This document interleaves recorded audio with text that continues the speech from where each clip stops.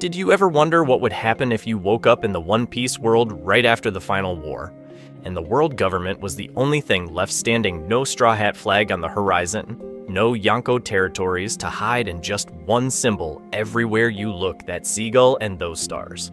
For starters, imagine this isn't just a scenario where pirates barely lose and run away. This is a timeline where the Revolutionary Army is erased completely. Sabo Dragon, even the most nameless foot soldier, all wiped out. The Yonko system is gone.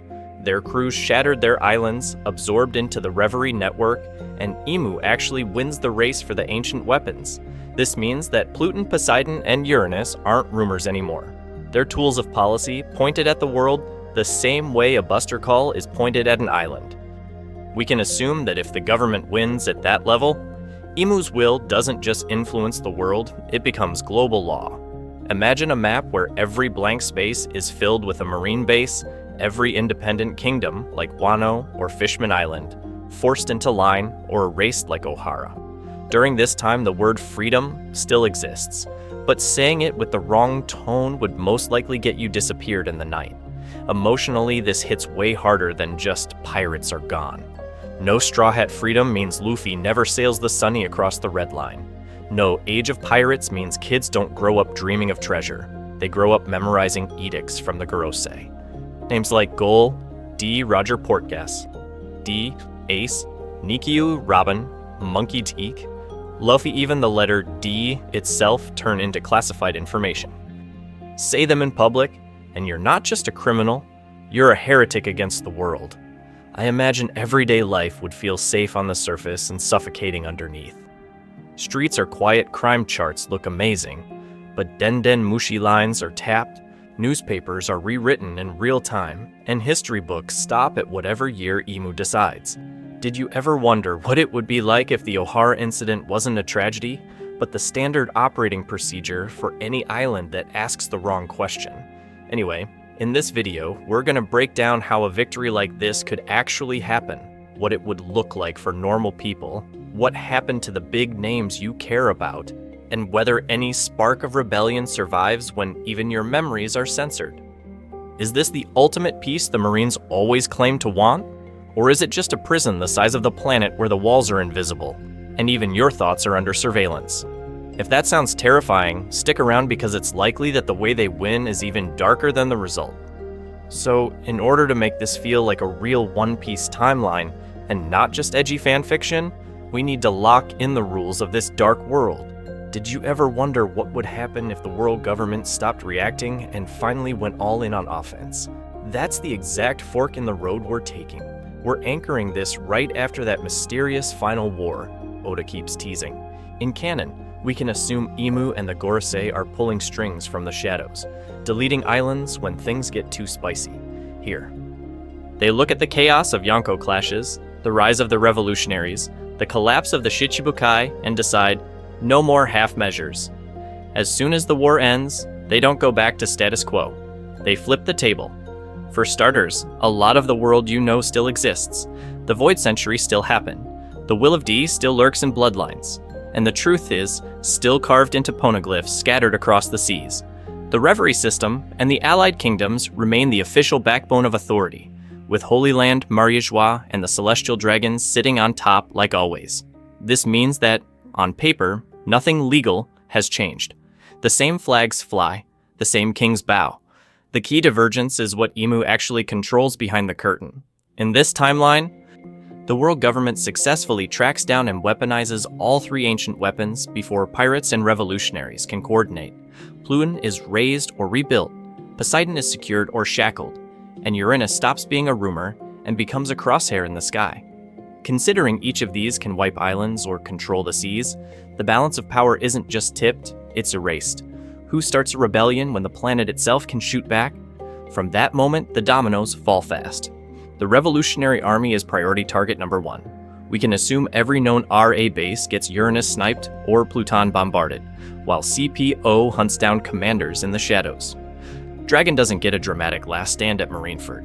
He gets erased like O'Hara, just on a global scale. With the revolutionaries crushed, Yonko territories are isolated. Sea routes are choked by Poseidon's controlled sea kings, and then buster calls start dropping like rain. Whole regions of the New World become smoking craters for the sake of peace. With pirates scattered, the Shichibukai system looks unnecessary. It's likely that Imu orders it scrapped and replaced with direct military rule. Admirals and special ancient weapon task forces instead of loose cannon warlords. No more crocodiles or doflamingos pretending to be allies. Narratively, we're going to move chronologically from the end of that war into the new peace. We'll watch how laws get rewritten, how islands like Alabasta or Wano are forced to adapt, and how surviving characters either submit, vanish, or quietly plot. Anyway, keep watching, because the next part dives into what daily life under this perfect prison actually looks like. And it's way worse than just higher taxes and more Marines at the port. So if daily life becomes a perfect prison, did you ever wonder what kind of lock Imu would use to keep it shut forever? Not seastone cuffs, not buster calls. We're talking planet-sized handcuffs made out of the ancient weapons themselves. For starters, Imu's victory in this timeline doesn't come from a sudden power-up. It comes from a centuries-long scavenger hunt. We can assume that while the Gorosei smile for cameras at Reverie, CPO is quietly doing the real work, assassinating scholars, disappearing shipwrights, and tracking every rumor about mysterious stones and weapons that can destroy the world. Ohara was just the most visible example. During this time, every island that even whispers about poneglyphs gets a visit, and then gets erased from the map. Imu's long game is simple. Turn information into coordinates, and coordinates into control. Robin, ancient clans like the Kazuki, even kingdoms like Alabasta are treated as walking treasure maps. It's likely that CPO missions you never hear about are the ones that actually matter. The ones where a single librarian or stonemason dies, and suddenly the trail to Pluton or Uranus goes cold for another 50 years. So what happens when the trail doesn't go cold? Pluton is their first real handcuff. In canon, it's described as an island-busting warship, but here it becomes standardized doctrine. Imagine the buster call on Ohara, but that level of destruction is now a button on Imu's desk. One ship, one order, one island gone. This means that every revolutionary base, every pirate haven like Hachinosu, or even a future Wano-style fortress, lives under permanent nuclear-style deterrence. Then, you add Poseidon. Instead of a scared Shirahoshi crying in the sea forest, Imu weaponizes her or her successor. As soon as Poseidon is under control, whether through chains, chips, or pure terror, the entire ocean stops being neutral ground. Sea kings become living minefields, swallowing Yonko fleets, ripping apart revolutionary supply lines, dragging any unregistered ship to the bottom. The age of piracy doesn't just end, it drowns. And above all that, Uranus. We still don't know what it actually is, but I imagine in this timeline it's either a global surveillance grid or a sky-based strike system. Think Eni's Lobby's destruction beam, but anywhere, anytime, without warning. No more secret islands, no more hidden Sabo bases. If you move, Uranus sees you. If you gather, Portsmiles, Uranus deletes you. The final war in this world never becomes a Marineford-style clash. It's over before the posters are printed. Pluton wipes out the big pirate strongholds. Poseidon shreds the remaining Yonko fleets mid-voyage. And Uranus snipes Revolutionary Command centers the moment Dragon tries to coordinate a global uprising. Ohara and Eni's Lobby were once special events. Now they're just Tuesday. And when any island that even thinks about rebellion can be erased before breakfast, who's still brave or foolish enough to light the first match? Stick around, because the next part asks what would happen if someone tried anyway. So did you ever wonder what would happen on the exact day the world government finally wins? Not just wins a battle, but deletes the very idea of resistance from the map? For starters, picture the last Great War not at Marineford, but stretched like a scar across the Red Line itself. Those sheer red cliffs are shattered in places, jagged like broken teeth. Segments of Mary Jouets have literally collapsed into the sea. Below, the water is black with burning marine and pirate ships, masts sticking out like gravestones. Cannons are still smoking, screams are still echoing, and then the ancient weapons fire. Uranus rips the clouds open. Pluton turns fleets into steam. Poseidon's sea kings drag entire Yonko armadas into the deep. As soon as those weapons decide the outcome, the sound just dies. No more battle cries, only the distant rumble of falling stone and the crackle of fires on oil-slick water. I imagine even someone like Akainu would stop shouting for a second, just to process the scale of what they unleashed. Now, in canon, the world learns about Marineford through chaos and rumors. Here, we can assume the opposite. Every Denden Mushi broadcast blinks out mid-sentence. Transponder snails go blank-eyed.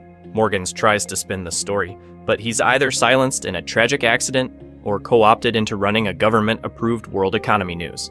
This means that when a single, carefully edited global feed comes back online, you only hear one voice, a calm announcement from the Gorosei, or maybe Imu's shadow, declaring the Age of Pirates officially over. During this time, the cleanup isn't just physical, it's theatrical. The surviving Yonko don't fade away. They're erased. Some are executed on live broadcast, posed as trophies in chains, others simply vanish, lost at sea, which is code for CPO black sites. A few mid-tier captains get public trials, staged to prove that justice is merciful if you kneel. Dangerous figures like Dragon, Sabo, maybe even a surviving Straw Hat, are most likely dragged into secret prisons buried under the Red Line where no camera is allowed. So what does that do to regular people who grew up in the Age of Pirates? Imagine you're a kid from Fuchsia Village, Water 7, or Dressrosa. Your whole life the sea meant rumors of Shanks, Whitebeard, Big Mom, Luffy. Terrifying, yes, but also exciting. Overnight, the horizon is empty. No Jolly Rogers, no rival flags. Only marine warships and world government banners patrolling like moving walls. On paper, the seas are safe. In reality, every port feels like Eni's lobby with better PR. You can travel, but you're scanned, questioned, logged. Say the letter D too loudly, and a Cypher Paul agent might escort you for a friendly chat. And real quick, if you're still watching at this point, you probably like pain, so you might as well subscribe. Anyway, with pirates gone and the Revolutionary Army in pieces, the big question lands hard. What does a war machine like the Marines do when there's no one left to fight? Except their own people? Do admirals become glorified coast guards? Or do they turn that same absolute justice inward? Stick around, because next we're going to push that to its breaking point and see which Marine snaps first. So what does that actually look like when the guns go quiet and absolute justice becomes your alarm clock? Did you ever wonder what would happen if the world government won so hard that your entire morning routine got militarized? For starters, picture a random blue. Not Marineford, not Mariejois, just some busy port town that used to see pirate flags on the horizon. As soon as you step off a ship, you're in a line. I'd check. Bounty scan. Snail camera staring at your face. Marines with rifles walk the docks like it's a war zone, even though pirates are gone.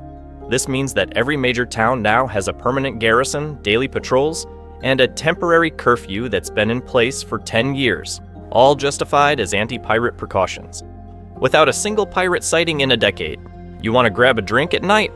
Too bad, it's lights out at 9. You want to sail to the next island? You file a travel request, list everyone on your crew, and we can assume a Cypher Paul agent quietly adds your name to a database, just in case. On paper, crime is down. In reality, everyone just learns to commit crimes of thought instead. During this time, information becomes the real battlefield. Every newspaper is pre-approved by the government. Morgans either got bought out or disappeared in an accident at sea. You'll never see the words Void Century in print, and it's likely that names like Roger, Whitebeard, and Luffy are officially classified as terrorist leaders you're not allowed to mention.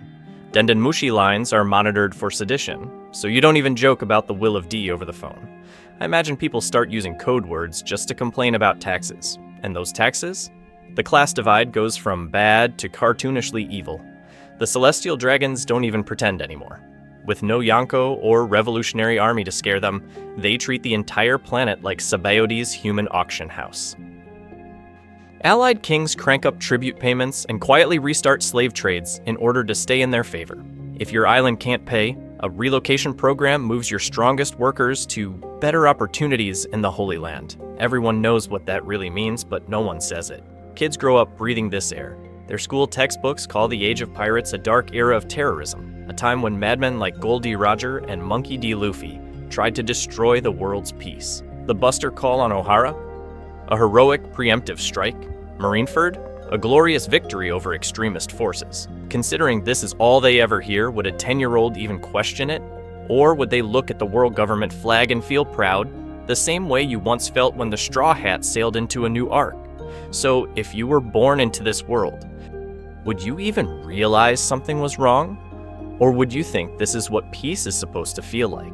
And more importantly, what happens the first time someone tells you the terrorists might have actually been the good guys?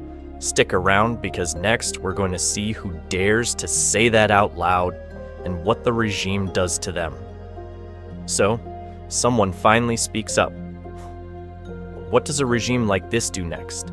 Did you ever wonder what would happen if the world government took what it did to O'Hara and just scaled it up to the entire planet? For starters, remember O'Hara. One tiny island, one group of scholars, one forbidden topic. The Void Century. And the response was a Buster Call that wiped them off the map. In this timeline, we can assume Imu and the Gorosei look at that incident and say, that worked. Do it everywhere.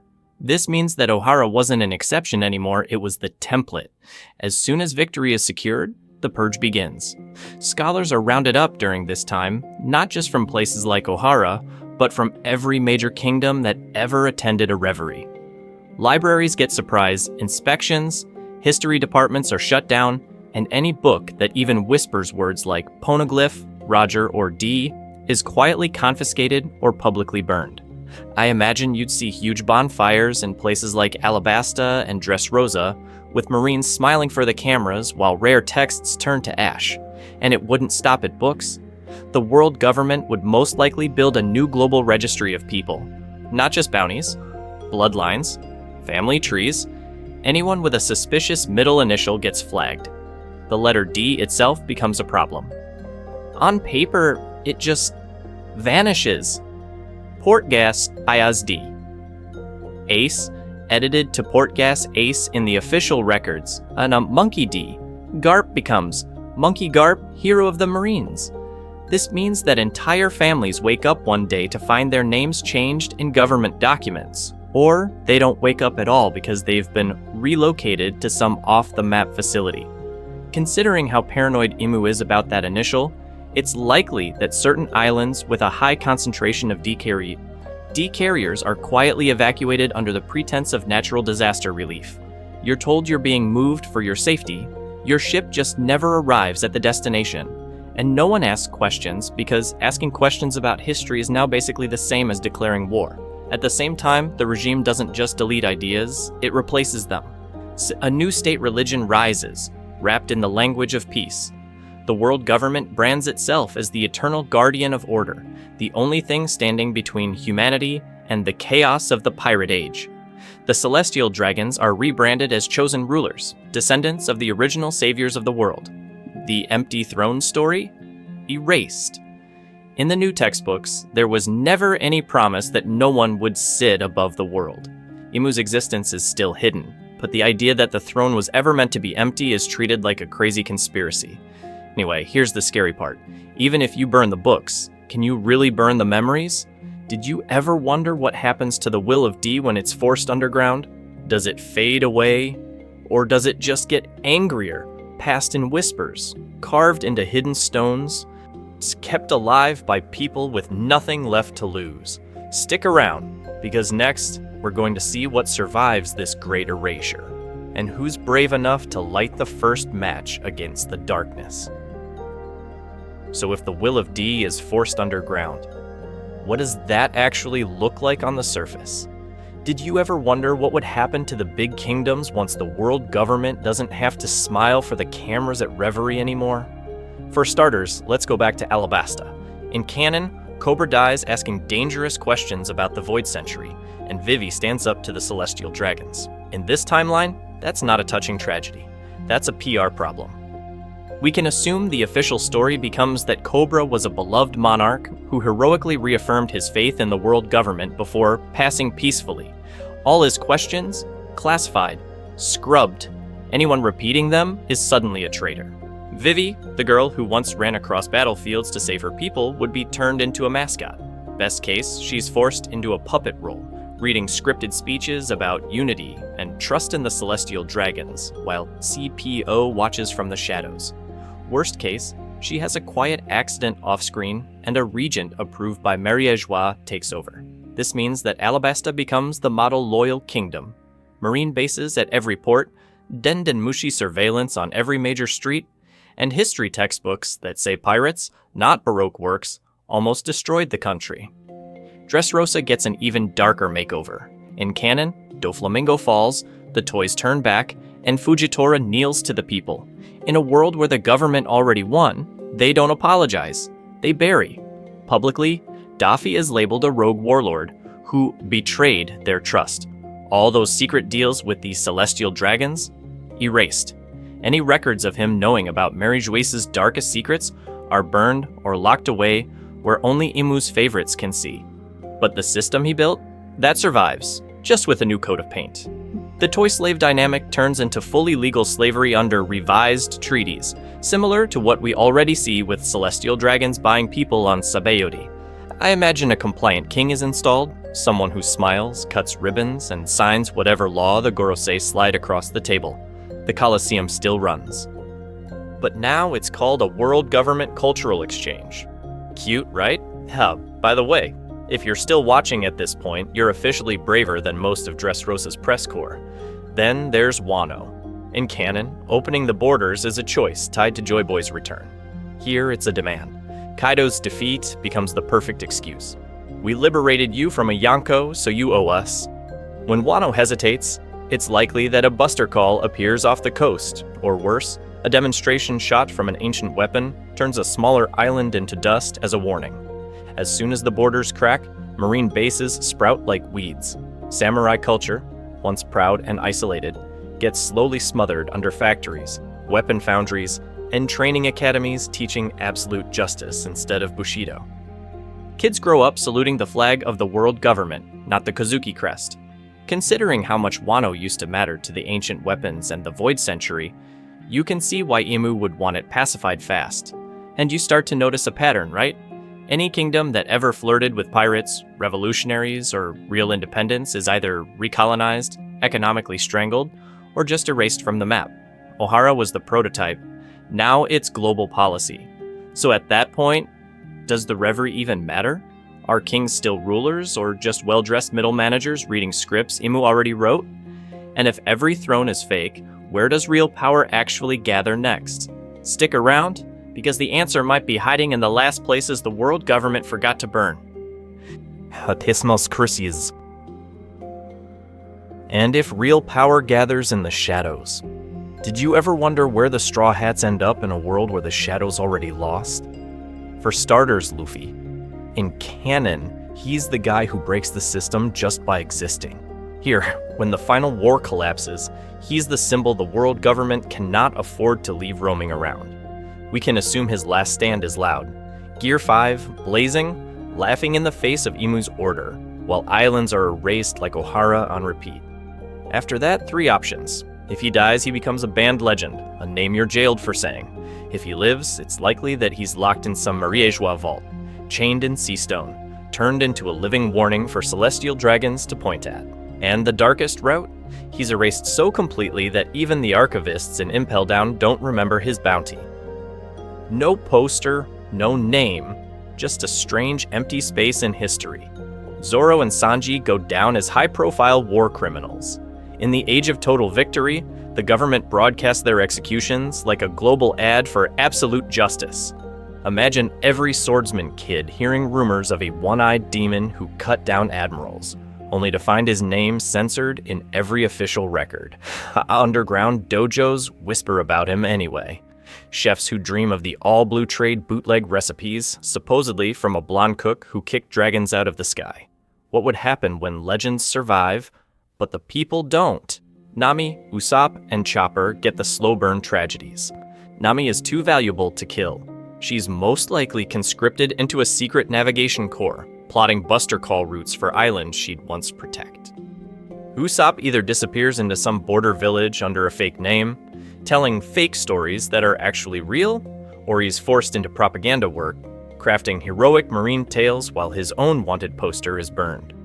During this time, Chopper is a walking goldmine, a talking animal, and a genius doctor that screams laboratory. I imagine he's either dissected by a Vegapunk-style research unit or kept alive as a test subject, promised he's helping humanity while they weaponize his medicine. Robin and Frankie tie straight into the knowledge purge. Robin is the last O'Haran, so in a world where the government wins, she doesn't get a happy ending. She's hunted across every sea until she's either erased like her island or strapped to a chair and forced to translate poneglyphs one by one, watching each truth get buried as soon as she speaks it. Frankie, the shipwright who touched Pluton's blueprints, is either chained to a world government dry dock, building the new era of warships, or quietly executed the moment his knowledge is uploaded and backed up. This means that even the memory of the Sunny's design becomes state property. Jinbei and Brook show how deep the control goes. Fishman Island, without Luffy's protection, is treated as a resource pit or a security threat. Jinbei's dream of coexistence gets twisted into regulated integration. Fishman drafted as elite shock troops for underwater assaults. Brook, a living soul from another era, is way too dangerous. Either he's shattered and sealed, or his existence becomes classified, a ghost story the government pretends not to believe. And if even death isn't free anymore, what does that say about the last spark of rebellion still out there? Because someone, somewhere, remembers. The question is who and what they're willing to burn to light that memory back up. And the ones who remember most clearly are the Marines. Did you ever wonder what would happen to an organization that was built to fight chaos once the chaos is gone? In this world, pirates are extinct. The revolutionaries are dust, and Akainu's vision finally wins the policy war. Absolute justice isn't a slogan anymore, it's procedure. For starters, we can assume that as soon as the last Yonko falls, the new Marine Code gets carved into stone. Zero tolerance for dissent. Question a celestial dragon? Execution. Hide a book about the Void Century? Execution. Shelter a D. Bearer or even whisper Roger's name. You don't get a trial, you get erased. This means that moral gray areas, those GARP-style I'll look the other way moments, just stop existing on paper. But people like Aokiji and Garp don't stop existing. So what do they do in a world where every order feels like Ohara all over again? It's likely that the official story is they retired peacefully, smiling in a photo at some ceremony. Off-screen, I imagine something way darker. Quiet disappearances, a ship that never reaches its destination, or a new sword, off the books, off the grid, sword on steroids hiding inside the very system they helped build. Meanwhile, everyday Marine life completely shifts. New cadets in places like Marineford aren't trained to hunt pirate crews anymore. They're drilled on riot control, crowd suppression, and how to shut down a broadcast in under 10 seconds. Your field exam isn't capturing a warlord, it's escorting a celestial dragon on a hunt through a freshly conquered island and making sure no one looks them in the eye. During this time, the strongest units don't chase treasure maps, they chase rumors. A forbidden song about freedom, a child drawing the sun. Publicly, though, the image is spotless. The transponder snails blast out posters of smiling Marines handing candy to kids, saving ships from storms, standing proud under the world government flag. The tagline is something like, "Sleep peacefully, justice never rests." But if you zoom in on the villagers behind them, you see tax ledgers, confiscated radios, and a priest being told which parts of history he's allowed to preach. Protectors on the posters, prison guards, and reality. Just quick pattern interrupt here. If you were a Marine in this timeline, what would you actually do? Considering everything we've set up, staying in uniform means enforcing laws you know are wrong. But walking away instantly brands you a criminal. Do you try to protect people from the inside, bending orders whenever you can? Or do you throw away the seagull coat and join the very underground the world calls evil now? And if most likely heroes are forced to pick between their oath and their conscience, which choice really makes you the villain? Anyway, that impossible question is exactly what starts cracking Akainu's perfect victory, because once Marines begin doubting the law itself, the next fracture is even bigger. Once the law itself starts to look suspicious, T-Rex, did you ever wonder what would happen if the law's sharpest weapon became normal? Not a last resort, not a legendary command, just a checkbox on a form. For starters, remember what Eni's Lobby actually was in canon. An entire island built as a one-way gate to oblivion, where the courthouse is just a hallway to the sea train, and the sea train is just a conveyor belt to impel down or a public execution. Over that island hangs the ultimate threat: a buster call, 10 warships, and a fleet of vice admirals ready to erase everything in range. That was supposed to be exceptional, a nightmare button. In this timeline, where Akainu's victory sticks and Imu's will is absolute, we can assume Eni's Lobby stops being unique and quietly turns into a template. Why have one judicial island when you can have 50? Any major blue, any key junction in the Grand Line gets its own lobby hub, a courthouse, a marine garrison, and a Denden Mushi line tied straight into the Buster Call network. As soon as an island is even suspected of harboring a D, a poneglyph shard, or a revolutionary cell, the conversation isn't, can we investigate? It's, do we file the erasure request now or after lunch? This means that the horror of Ohara stops being a scandal and becomes a workflow.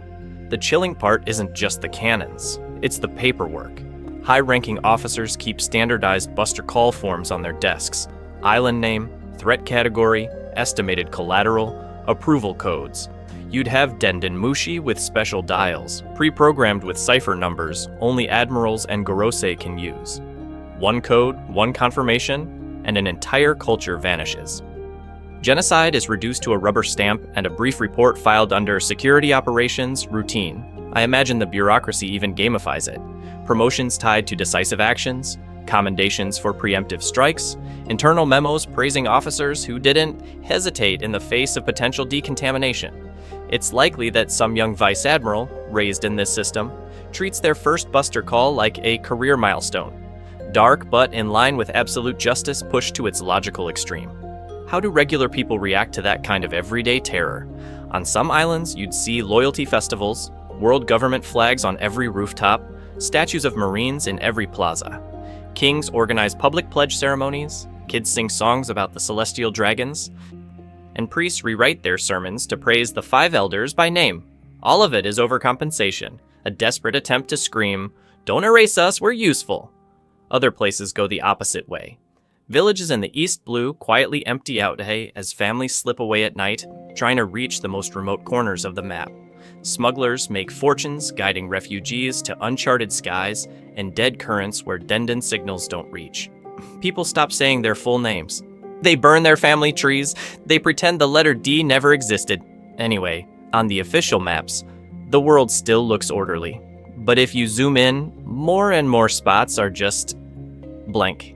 Islands that were once loud and colorful are now white space labeled uninhabited, or simply removed altogether. In the records, they never existed. And when a whole era can be deleted with a code and a canon, you have to ask, how much of the world you're seeing is real, and how much is just what the government hasn't erased yet? And if the government can erase whole islands from the map, did you ever wonder what would happen once they decide to do the same thing with science and ideas? Not just deleting history, but putting a collar on the future itself. For starters, we can assume Vegapunk doesn't get his bittersweet "I did my best" exit. In this timeline, he's either fully captured and fitted with a literal control collar, or quietly replaced by a Vegapunk 2, a loyal successor grown in the lab. Same genius brain, none of the inconvenient conscience. I imagine the 5 elders looking at Punk records and saying, why negotiate with a mind you can just overwrite? Canon Vegapunk already gave them pacifistas, seraphim, and laser tech just by working under restrictions. Now picture that intellect with zero freedom at all. This means that mass-produced pacifista units are stationed in every Blues major port. Seraphim patrol the Calm Belt like angelic guard dogs, and new models roll out every year the way we get new phones. Resistance doesn't just look difficult. It looks mathematically impossible. In the East Blue, a small pirate crew appears. A squad of budget pacifistas shows up in minutes. On the Grand Line, any island showing unusual activity gets a Seraphim drop and, if needed, A miniaturized buster call from an automated battleship overhead. Considering what a single prototype could do at Marineford, a whole network of them would turn the seas into a fenced-in aquarium. But here's the twisted part. Everyday life would actually feel kinda convenient. Civilian tech gets the safe upgrades. Better coating on ships, almost no disease thanks to Vegapunk-style medicine, snail phone networks that make Den Den Mushi calls instant and crystal clear. People live longer, travel faster, get treated quicker. On the surface, you'd call it progress, right? Except the real breakthroughs stay locked behind marine walls. The public gets healing salves, the government keeps the virus weapons. You get faster mail, they get island-wide surveillance grids. It's likely that every transponder snail, every street camera, even your smart log pose is quietly feeding data back to a central marine hub. And if you're thinking, that sounds like a sponsor segment for Big Brother, yeah, hit the like button before they flag this video. Any research that smells like freedom is banned. Studying the Void Century? Instant treason. Trying to map how devil fruits actually work in order to break their control? Disappeared. But propose a project that tracks bloodlines of the Will of D, or a chip that lets the government shut down a devil fruit user remotely, and suddenly you're fully funded with a lab on Mary Joie. So is this really progress, or just a shinier cage? A world with flying battleships, laser-armed seraphim, and miracle medicine, but zero say in how any of it is used. And as soon as people start to accept that trade, the real question becomes, who's left that can even imagine something different? Keep that thought, because the next crack in this perfect machine comes from an unexpected place, inside the Marines themselves.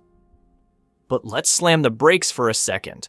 Up to now, we've been talking about empires, ancient weapons, Imu's master plan. All very big, very dramatic. Did you ever wonder what this perfect order actually feels like on the ground for someone who isn't a pirate, a D, or a revolutionary? I imagine most people in this world just want to open their shop, feed their kids, and not get vaporized by a buster call. So picture this, a small coastal town on the edge of the Calm Belt. White walls, blue roofs, fishing boats lined up like teeth. In canon, a place like this would always live with the fear that some random pirate flag might appear on the horizon and burn everything down. But in a timeline where the world government wins completely, we can assume that doesn't really happen anymore. For starters, the seas are locked down. No Yonko territories, no revolutionary smuggling routes, no pirate-era chaos. Trade ships run on strict schedules, escorted by pacifista patrols. This means that the family running that little general store actually knows when flour, medicine, and ship parts will arrive. Prices are stable. Bandits try something? Marines show up in minutes, not days, because every island is basically a forward base now. On paper, that sounds kinda great, right? Your kid walks to school without worrying about being kidnapped by some warlord. Taxes are predictable.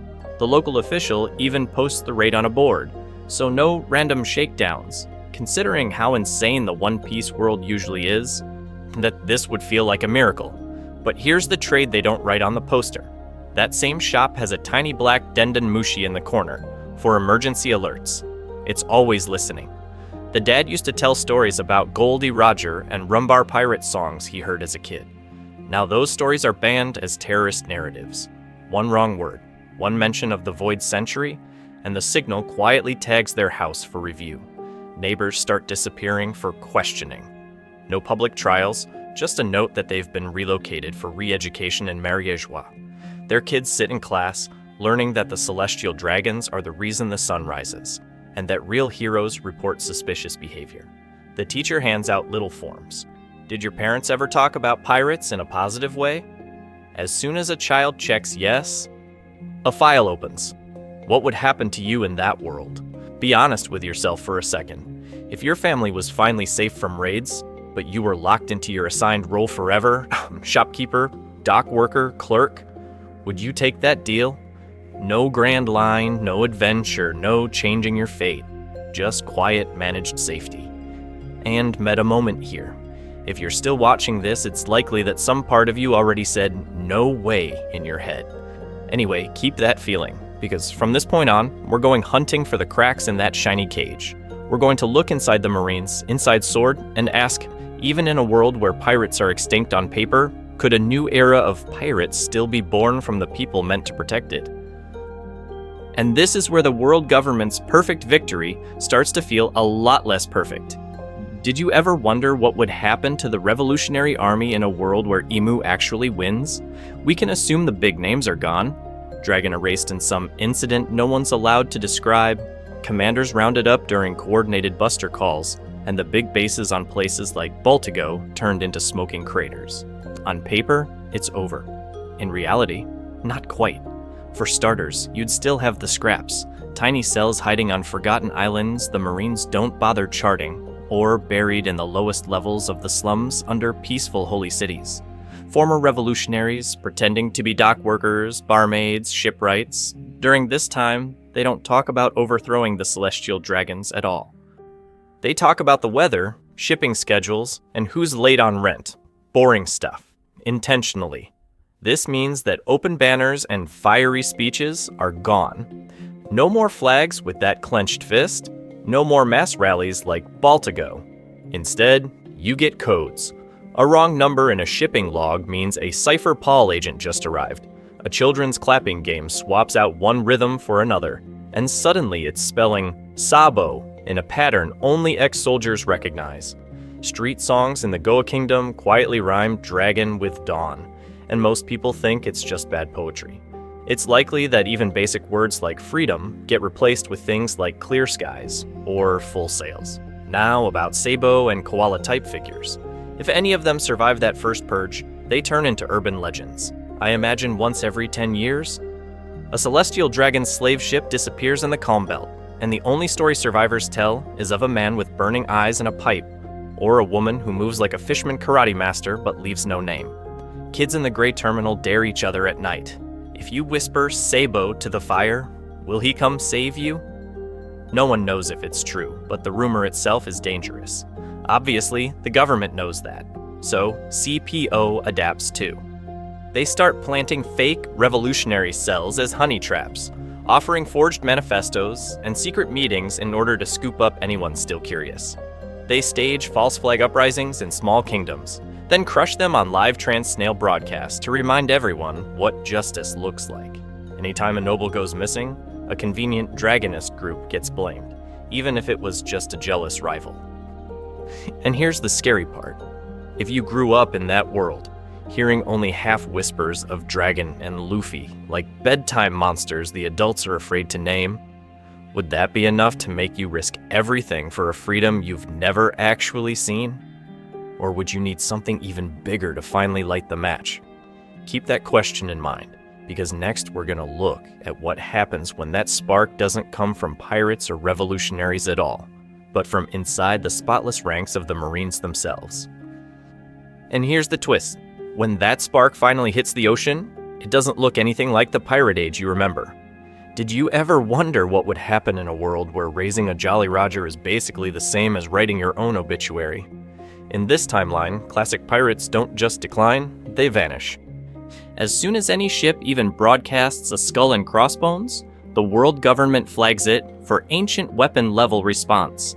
We can assume Uranus-style orbital strikes, buster calls on standby, pacifista fleets warping in with Vegapunk's latest toys.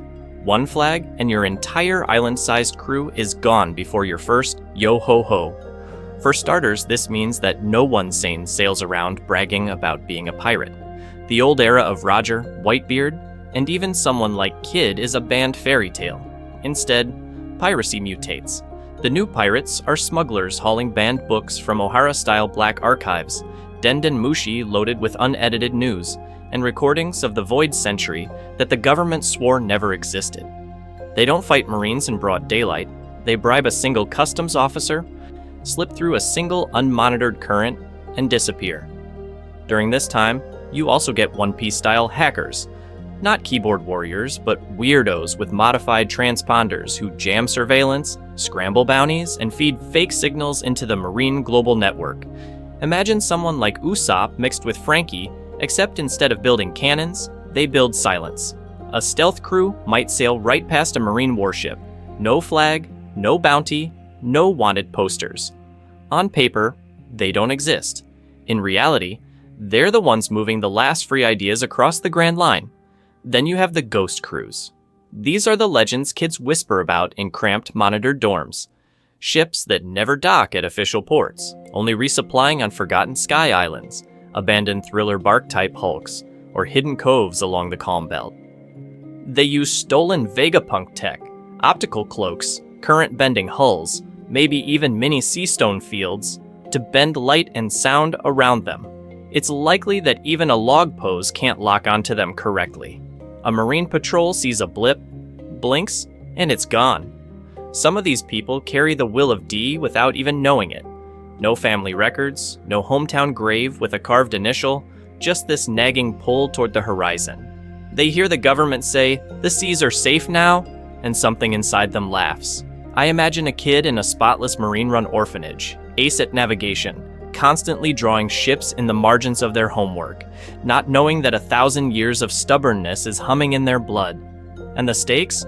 They're way higher than treasure. These aren't gold-chasing clowns raiding a vault. These are information pirates. They raid Mariégeois data vaults guarded by Seraphim, steal redacted Reverie transcripts, copy Vegapunk's forbidden blueprints, and leak proof that the Void Century was real. This means that every successful heist doesn't just make them rich, it makes the world government weaker.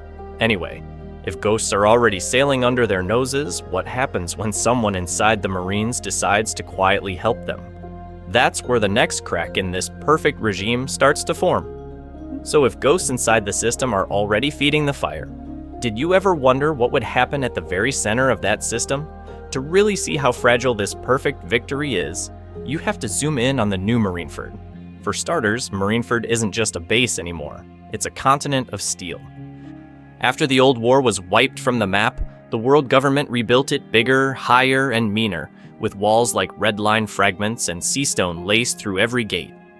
Deep under the plaza where Ace once knelt, you'd now have sealed control vaults, lined with Denden Mushi that connect straight to ancient weapon interfaces.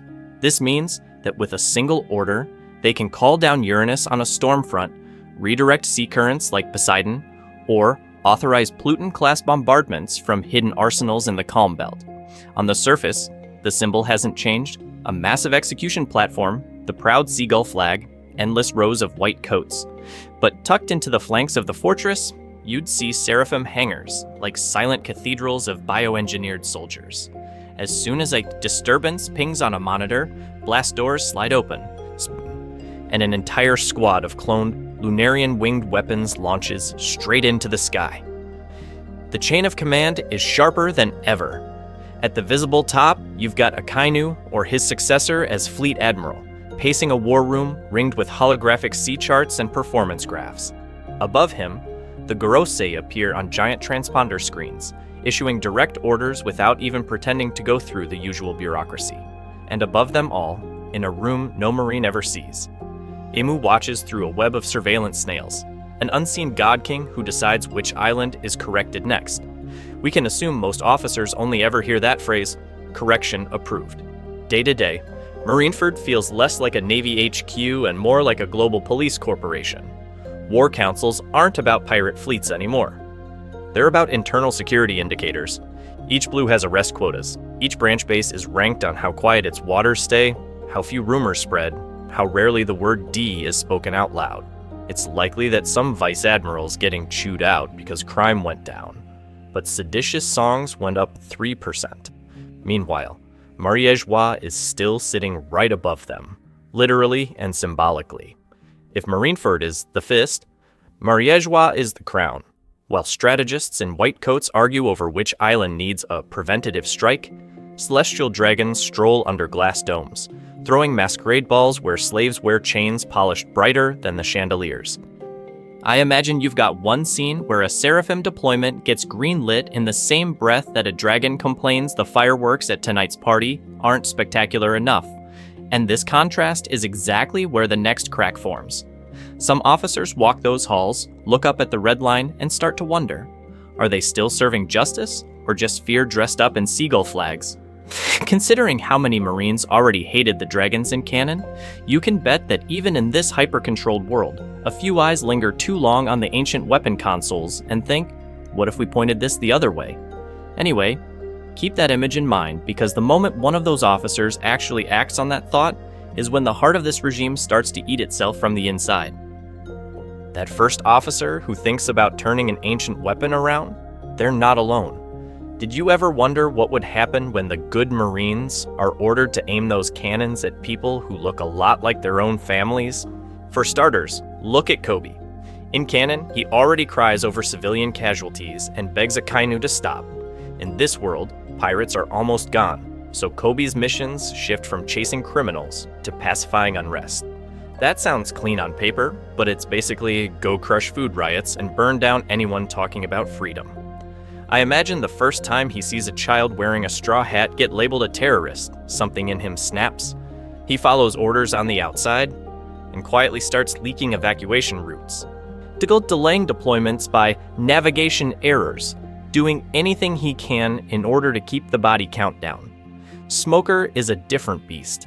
Considering how much he already hated the warlords and the dragons, we can assume he never bought into this perfect victory narrative. When he's told to gas an island that once sheltered Whitebeard remnants, he realizes the justice he signed up for is gone. This means that instead of storming in, cigars blazing, he drags his heels, files endless reports, and starts coordinating with Sword, turning his whole unit into a walking smokescreen for sabotage.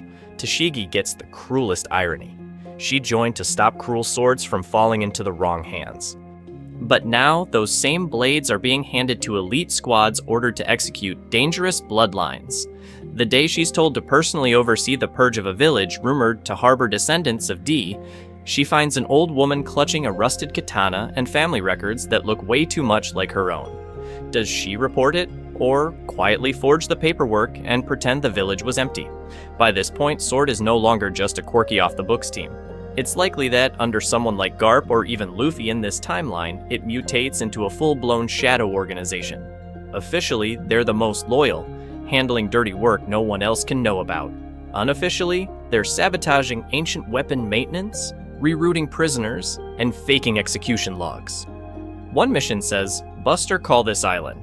The real Sword order is evacuate half the population, then stage the wreckage. You also get smaller, brutal stories.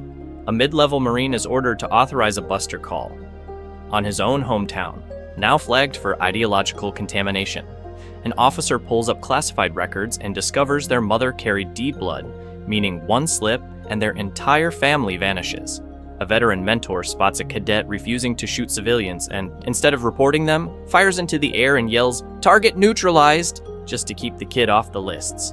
Anyway, the world government isn't stupid. Internal dissent is the one thing they truly fear now. So they roll out new correction tech. Mind-wiping pods branded as trauma therapy, observation snails in every barracks, and a suspicious spike in training accidents for anyone who hesitates at the wrong time. People like Kobe and Smoker start living on borrowed time. And that's the real horror. The strongest force in the world is quietly fighting itself. Every mission brief could be a trap, every comrade a spy. One wrong whisper could topple the regime, or give Imu the excuse to unleash something even worse than an ancient weapon. So what happens when the first Sword operation finally gets exposed on a global screen, and the whole world sees Marines saving the people they were ordered to erase? As soon as that Sword footage leaks, you'd think the Celestial Dragons might dial it back a little, right? Did you ever wonder what would happen in a world where they do the exact opposite because pirates, Yonko, and revolutionaries are already gone? For starters, their lifestyle stops being disgusting in secret and becomes the official culture of the planet. Open slave markets line the Holy Land and key ports with branded humans, fishmen, and even giants displayed like rare animals. Entire islands get leased out as hunting grounds, where a bored celestial dragon can literally order a buster call just to watch people run. Conquered kingdoms don't host reveries anymore. They host tours, where kings crawl on all fours to escort their divine guests through streets lined with kneeling citizens. Canon already showed you how bad it is when they visit Sabati once in a while. Now imagine that, but turned into a schedule. Every year, each allied kingdom is required to host a celestial dragon procession. We can assume the rules are brutal. No one is allowed to stand above them. Eye contact is a crime, and the slightest delay in groveling can get an entire district erased for disrespecting the gods. This means that humiliation isn't just a side effect of the system, it's the main event. Legally, things twist even harder. It's likely that the Gorosei rewrite the law so that celestial dragons don't just sit above nations, they own them on paper. Regions, resources, even bloodlines get registered as personal property. A noble family with a rare eye color claimed as breeding stock. An island with a unique natural resource or a strange animal species signed over as a private estate. During this time, the Marines don't argue about jurisdiction. Their entire job is to enforce these divine property rights. Fishman Island gets hit especially hard, without pirates or a future pirate king offering protection. The promise of a surface migration becomes a trap. Under the guise of security, the world government escorts fishermen to special districts near Mrieżwa, which are really luxury reservoirs for celestial dragon aquariums. Giants from Elbaf are turned into living monuments guarding palaces. Mink, Tantata, Long Arm, and Long Leg tribes all become collectibles, sorted and cataloged like rare coins. Psychologically, the regime goes all in. Kids grow up with textbooks that describe the celestial dragons as literal descendants of the sun, with Imu as a kind of invisible guardian angel. Saying Tenryubito are human is taught as a blasphemy. Rebellion isn't just illegal, it's framed as an attack on reality itself. You don't just fear punishment, you fear being wrong about the nature of the world. Quick pattern interrupt here. If you're thinking, no way anyone buys that, remember how O'Hara got wiped out just for asking questions. Now imagine that level of fear baked into every classroom, every sermon, every news report from Morgan's government-approved replacement. But does this excess plant the seeds of their downfall?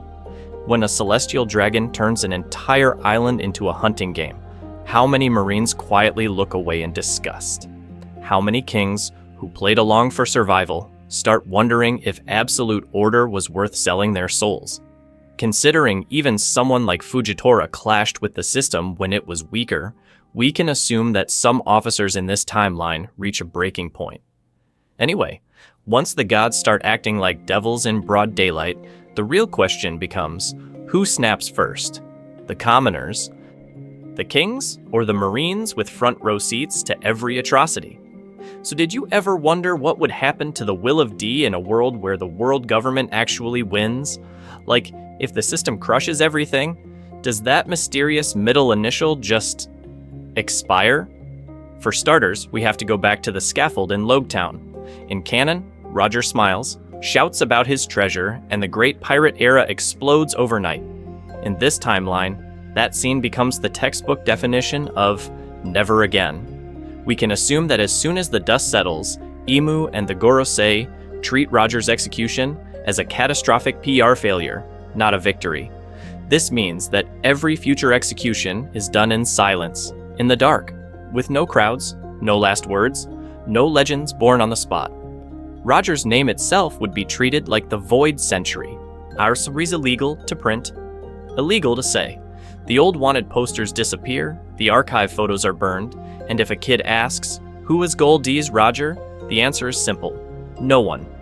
It's likely that even Marine recruits are only told a sanitized version, some nameless pirate king who was properly punished by justice. No romance, no era. During this time, culture gets rewritten the same way history did. Pirate songs turn into generic sailor ballads about loyal Marines. Children's books swap out adventurous rogues for heroic world government patrols. The bedtime story that used to end with, and the pirate sailed off to freedom, now ends with, and the criminal was arrested and everyone was safe. On paper, it works. But I imagine a few stubborn grandparents in backwater villages still telling the old versions in a whisper. And the glancing at the door like a CPO agent might be listening. So what happens to the people born into this cage? Here's where the will of D fights back. Even without knowing what that letter means, some kids would still feel it. A strange attraction to storms, an urge to stare at the horizon a little too long, that weird, reckless instinct to punch a noble in the face when everyone else bows. They don't know about Roger. They don't know about Luffy or Dragon or Saul. They just feel wrong when the world tells them to sit still. Is that fate, or just human nature refusing to be domesticated? Did you ever wonder if the will of D is a real inherited will? Or just the purest form of I don't like cages passed down in stories and gut feelings rather than blood? Considering how hard the government already tried to erase O'Hara and failed completely, it's most likely a mix. A bloodline of troublemakers amplified by a universal instinct to break chains as soon as they start to feel comfortable. And that's the scary part for the regime. They can delay it, they can distort it, but they can't delete the concept of freedom. All they really do is pressurize it. So when the next D finally does stand up, after a whole generation of silence, the backlash wouldn't just start a pirate era, it might crack the world. Anyway, if the spark isn't dead, then the next question is, where does it ignite first? The slums, the seas, or right inside the Holy Land? So, did you ever wonder what would happen if that first new spark didn't show up as a pirate at all, but as a good little citizen of the world government? Picture some nowhere village in East Blue. Same wind, same sea, same cheap booze in the tavern. But instead of Shanks's flag and pirate tales, you've got immaculate marine posters, smiling admirals on every wall, and history books where Gold D. Roger is just a one-line trader. In this world, pirates are extinct. The Revolutionary Army is dust, and saying the letter D too loudly gets you reported. In the middle of that, a kid is born who laughs too hard, picks fights with bandits, and stretches the rules like taffy. For starters, we can assume he still eats some random devil fruit from a smuggled crate. The black market didn't vanish, it just went deeper underground. This means that as soon as he shows his powers, the system notices. A roaming recruitment officer, a Den Mushi report, and suddenly, there's a neat little file. Potential asset, East Blue. From there, everything around him tries to aim his dream. The teacher who used to tell pirate stories now shows heroic marine documentaries during class. Garp-like legends are framed as the pinnacle of human achievement, while any mention of Roger or Dragon is either censored or twisted into cautionary tales. If our Luffy says, "I want to go on an adventure," the adults immediately correct him. "You mean you want to become a great marine and protect the world, right?" Considering his personality, he'd probably say yeah just so they'd shut up. But he'd mean I want to go wherever I want. So what path does that actually create? It's likely that, with a devil fruit and insane guts, he gets drafted early into a youth marine program. Imagine a boot camp full of child prodigies, cipher ball candidates, and him, sleeping through ideology lectures and punching bullies through concrete. Anyway, divergence points start piling up. Maybe he refuses to shoot a starving smuggler and gets reassigned to logistics, which is code for cleaning up after secret massacres. Maybe he runs away from camp and hides on a smuggler ship, accidentally becoming the muscle for a crew that ferries medicine and banned books instead of treasure. Or he stays marine, rises fast, and keeps misreading orders in ways that mysteriously help local rebels. The echoes of the old Straw Hats would still be out there. A swordsman forced into state-run gladiator pits instead of a pirate hunter. A thief navigating government-controlled black markets, stealing IDs and rations instead of gold. A liar locked up for spreading seditious rumors about the Void Century. A cook working in a marine canteen, secretly feeding slaves on the side. They don't meet on the going merry this time. They bump into each other in prisons, interrogation rooms, and barracks. And somewhere in that maze of uniforms and surveillance, one idiot with a straw hat, maybe just a cheap knockoff he thinks looks cool, starts ignoring every rule. In a world where the government already won, the most dangerous thing might not be an ancient weapon at all. But the moment that idiot decides their justice isn't his, keep that in mind.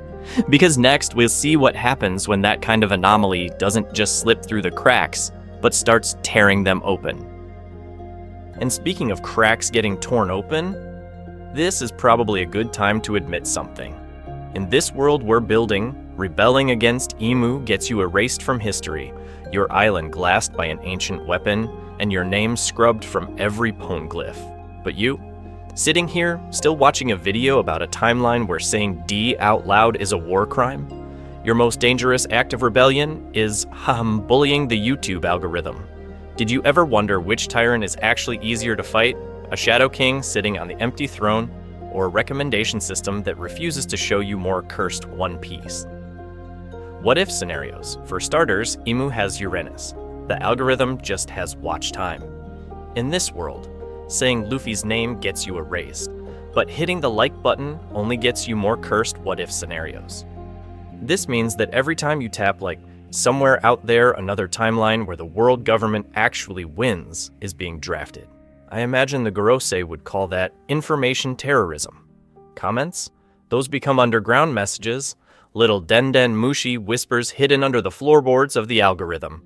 You drop a theory about what would happen if Sabo survived, or how Akainu would act under a truly perfect regime, and suddenly other people in this secret resistance start replying. It's likely that if this was the real One Piece world, CPO would already be knocking on your door for typing Imusus. And subscriptions are basically you joining a new pirate crew, except the Jolly Roger is just a notification bell. In fact, considering how tightly controlled information would be in a world where the Void Century is completely wiped, and Vegapunk-style geniuses are chained to Mariejwa, staying subbed is like saying, yeah, I'd like to keep smuggling illegal ideas, please. Pattern interrupt for you. Imagine a transponder snail popping up on screen right now with a tiny wanted poster that just says, Wanted, viewer who hasn't subscribed yet. As soon as you hit that button, your bounty goes up. But only in the eyes of the algorithm, which most likely just thinks, this one likes pain and alternate timelines. Anyway, we can assume you didn't click on a video about the world government winning completely just to be told to press buttons, so we'll keep moving. But if you want this little resistant cell of theory enjoyers to keep growing, likes, comments, what to end subs are literally the safest form of rebellion you'll ever get, because now we're heading back into the nightmare. Next, we're going to push this regime to its absolute limit and see where it finally starts to crack. The quiet marine descent, the surviving D-bearers, and what a second great era of pirates could look like, if it ever manages to ignite under a sky the government already owns. So did you ever wonder what would happen not in year 1 of the world government's total victory, but in year 50? On paper, it looks stable forever. In practice, the rot starts as soon as they win. For starters, you've got structural decay baked into the system. The celestial dragons, who already live like gods, would demand even more tribute now that all serious opposition is gone. We can assume the heavenly tribute goes up, not down. Extra taxes, extra slaves, extra gifts from kings who are already broke. This means that the cost of constant surveillance, pacifista patrols, and buster calls on any island that sneezes wrong drains even loyal allied kingdoms until they're hanging by a thread. Imagine a tiny kingdom that survived the Yonko only to be crushed by invoices from Mariejwa. Their ports are monitored, their newspapers censored, and every year a celestial dragon inspection ship shows up and walks away with food, gold, and people. On the surface, crime is low. Underneath, smuggling, bribery, and black markets explode, because that's the only way anyone eats. During this time, the first generation accepts it. They remember pirates, Whitebeard, Big Mom, Kaido, and they remember fear. The government says, "We saved you from that," and they mostly believe it. But their grandchildren, they only know curfews, random Denden Mushi checks, and history books with 100 blank pages. It's likely that those kids start asking, why is the sky screen always on? Why can't we sail past this line? Why is saying D illegal? That's where generational drift kicks in. The same stories that once justified absolute justice now sound like ghost tales used to scare children into behaving. One kid gets arrested for drawing the wrong flag. One grandma disappears for saying Roger out loud. One classroom whispers that an island called Ohara used to exist and was just erased. An overreach is inevitable. All it takes is one beloved local hero executed on a live transponder feed for refusing to shoot civilians. Or one too many islands, Buster called, because someone found a suspicious stone in a cave. Or a single marine whistleblower from sword-leaking footage of Imu sitting on that empty throne the whole world was promised didn't exist. Did you ever wonder how fast that would spread in a world full of transponder networks and underground news crews? Suddenly, you don't get a great pirate era sparked by treasure. You get a second great era sparked by truth. Poneglyph translations passed around like forbidden songs. Grainy footage of the Void Century going viral in back alleys. Kids carving the letter D into docks and barracks instead of Jolly Rogers. And now the scary part. The world government might still crush it. They have ancient weapons, cyborg fleets, and a perfected propaganda machine. Or this could be the exact moment when the will of D finally cashes in its centuries-old promise. Which way does it tilt if one of those D-bearers is sitting in a marine coat when the match is lit? Stick around, because next we're going to push that exact scenario until it breaks. Interesting. So now that we've pushed that match all the way to the powder keg, did you ever wonder what the world actually looks like the day after the world government wins completely? We've watched the ancient weapons fire, the Yonko fall, the Revolutionary Army vanish like smoke, and even the last pirate flags sink beneath absolute justice. For starters, we can assume the path here was brutal. Whole islands erased like O'Hara, only on a global scale. Alabasta restructured after Cobra's line is branded treasonous. Wano cracked open. Its borders forced wide so Uranus and cyborg fleets can park right over the flower capital. During this time, the history of the Void Century isn't just forbidden reading anymore. It's edited out of reality. Poneglyphs are gone, scholars are gone, even the word D is just a glitch in old records that no one is allowed to fix.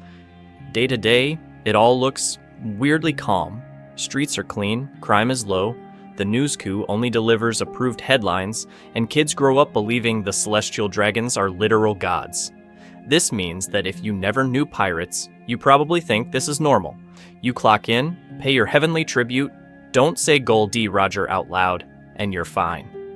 But every time a ship disappears in a storm that only the Marines saw, you feel that tiny chill, right? So here's the real question. In a world without pirates or revolutionaries, did the world government create peace? Or just silence? Is this a safe harbor?